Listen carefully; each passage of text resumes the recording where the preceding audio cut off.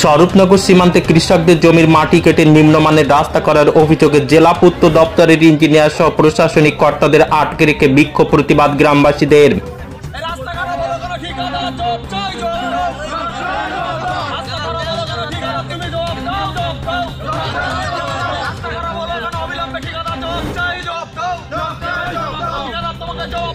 উত্তর 24 পরগনা জেলা পরিষদের পূর্ত দপ্তর, ইঞ্জিনিয়ার, ব্লক প্রশাসনের প্রশাসনিক আধিকারিকদের গাড়ি আটকে রেখে বিক্ষোভ প্রতিবাদ সীমান্তের কৃষকদের।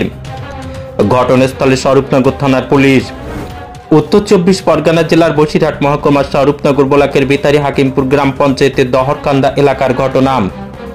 উত্তর 24 পরগনা জেলার প্রধানমন্ত্রী গ্রামীণ সড়ক যোজনা জেলা পরিষদের প্রায় 5 কিলোমিটার রাস্তার জন্য বরাদ্দ হয়েছিল 3,61,00,000 টাকা, কিন্তু সেখানে দেখা যায় স্থানীয় এক মহিলা কৃষক সবিতা বক্সি অভিযোগ করেছেন তার জমি 3 ফসলি থেকে মাটি কেটে নিম্নমানের সামগ্রী দিয়ে এই রাস্তা তৈরি হচ্ছিল।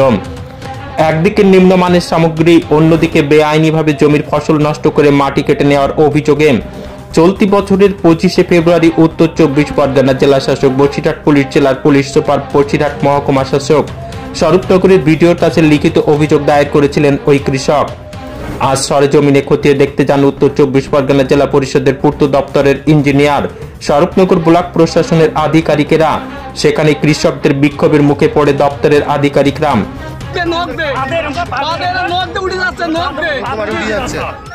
আর কয়েক কোটি কোটি টাকা সম্পত্তি মাটি কেটে সব নেশে, আর এখন রাস্তা করি পাতে নখ দিয়ে উড়ে যাচ্ছে সব।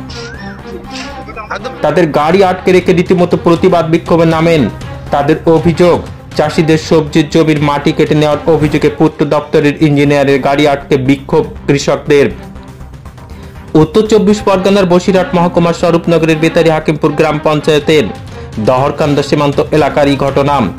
অভিযোগ, বিথারি বকুলতলা থেকে স্বরূপদা পর্যন্ত দীর্ঘ 5 কিলোমিটার রাস্তা তৈরি করা হয়। সেই রাস্তায় নিম্নমানের সামগ্রী দেওয়ার অভিযোগ এবং রাস্তা তৈরির সময় চাষিদের 3 ফসলি সবজির জমির মাটি কেটে রাস্তার কাজে লাগানো হয়েছে বলে অভিযোগ।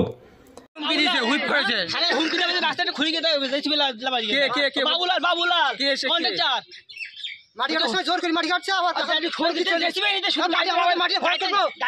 ভরাট করবো অন্য যেতে নি আনতে যায় না, এখন কমপ্লিট না হলে মাটি আনবো না।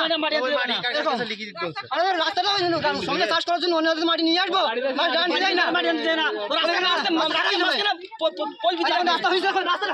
মাটি চলে যাচ্ছে। দেখুন, সাধারণ মানুষ যারা এই রাস্তাটা ব্যবহার করবে, রাস্তাটা দেখার দায়িত্ব তাদেরও আছে, কিন্তু তারা তো টেকনিক্যাল পার্সন নয়। টেকনিক্যাল পার্সন জেলা পরিষদ এটাকে দেখভাল করছে।